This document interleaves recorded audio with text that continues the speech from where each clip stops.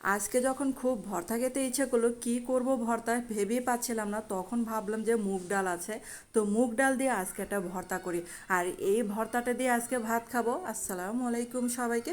তো অনেকে কিন্তু মুগ ডাল ভর্তা করে খান না, তো একবার হলেও এভাবে ট্রাই করে দেখতে পারেন। আর আমাদের ঘরে দেখা যায় মুগ ডাল আনলেই বেশিরভাগই পোকা ধরে, মানে কেউ খেতে চায় না। আর আজকে ভাবলাম যে সেই মুগ ডাল দিয়ে আজকে ভর্তা বানিয়ে সবাইকে খাওয়াবো। এখানে ছোট একটা চায়ের কাপ ছিল, তো ভরা ভরা মানে এক কাপ দেই নেই, আর একটু কম দিয়েছিলাম আর কি। তারপর হচ্ছে মুগ ডালকে হালকা একটু ভেজে নিচ্ছে। আর অবশ্যই মুগ ডালকে একটু ভেজে নিতে হবে, কারণ হচ্ছে মুগ ডালের যে একটা গন্ধ থাকে কাঁচা, সেটা কিন্তু ভালো লাগবে না। আর এই ডালটাকে আমি কিন্তু মানে ধুয়ে নিয়েছি, কারণ হচ্ছে বাজার থেকে কেনা ডালটাকে কিন্তু ধুয়ে নিতে হবে। আর এই যে দেখেন, এটা কিন্তু শুকনো শুকনো করে তারপর হচ্ছে এই যে সিদ্ধ করে নিয়েছি। আর এই যে যখন সিদ্ধ করার সময় উপরে যে ময়লা ফেনাটুক জমে, সেটা কিন্তু ফেলে দিতে হবে। আর এখন হচ্ছে শুকনা মরিচ ভেজে নিচ্ছে। আর এই শুকনা মরিচটাকে সামান্য একটু তেল দিয়ে ভেজে নিতে হবে। আর অনেকেই কিন্তু মুগ ডালের ভর্তা মানে পছন্দ করেন না বা মুগ ডাল খেতে চান না, তারা কিন্তু এভাবে ট্রাই করে দেখতে পারেন যে মুগ ডালের ভর্তা দিয়ে অনেকগুলো ভাত খেতে পারবেন। আর এখানে আরেকটু তেল অ্যাড করে তারপর হচ্ছে পেঁয়াজ রসুন দিয়ে দিলাম, এখানে 2-3 কোয়া রসুন হবে, আমি দিয়েছি। আর এগুলাকে একটু মানে বাদামি করে ভেজে নিয়েছি, কারণ হচ্ছে ভর্তার মধ্যে এই ভাজা পেঁয়াজগুলো দিলে অন্যরকম একটা সেন্ট আসে। তারপর এখন হচ্ছে শিলপাটায় এই যে শুকনা মরিচ লবণটাকে ভালো করে গুঁড়ো করে নিচ্ছি। আর এখন হচ্ছে ডালটাকে একবার একটু বেটে নেব।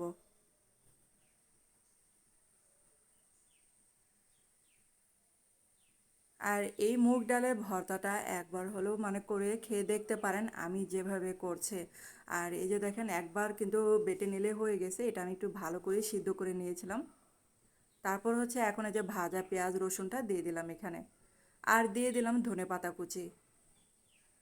আর এটা কিন্তু মানে পেস্ট করব না, উপর দিয়ে জাস্ট একটু গড়িয়ে নিচ্ছে, কারণ হচ্ছে কামড়ে কামড়ে পড়লে এটা দারুণ লাগে খেতে। আর এখন হচ্ছে এই যে ভর্তাটা সুন্দর করে মাখিয়ে নিতে হবে। আর দেখেন কতটা যে লোভনীয় হয়েছে, তাহলে বুঝেন যে কতটা মজার হবে। আর আপনারা যারা মানে মুগ ডালের ভর্তা করে খান নাই, তারা কিন্তু দেখতে পারেন কতটা মজার। আর এখন দিয়ে দিলাম কাঁচা পেঁয়াজ কুচি। তো অনেকে কিন্তু কাঁচা পেঁয়াজ না দিলে ভর্তাটাকে ভর্তাই মনে করেন না, তাদের জন্য কিন্তু কাঁচা পেঁয়াজটা দিয়ে দিলাম। দিয়ে দিলাম সরিষার তেল। আর এই ভর্তাটা যতটা সুন্দর করে ভালো করে মাখাবেন, দেখবেন যে এটার স্বাদটাই বেড়ে যাবে। কিন্তু এই ভর্তার একটা বিশেষত্ব হলো, এখানে আরেকটা কিন্তু উপকরণ দিব আমি এখানে। এই যে দেখেন আদা কুচি। তো আদা কুচিটা দিবেন, দেখবেন যে এই ভর্তার টেস্টটা আরও বেড়ে যাবে। তো হয়ে গেল কিন্তু মুগ ডালের এই মজার একটা ভর্তা।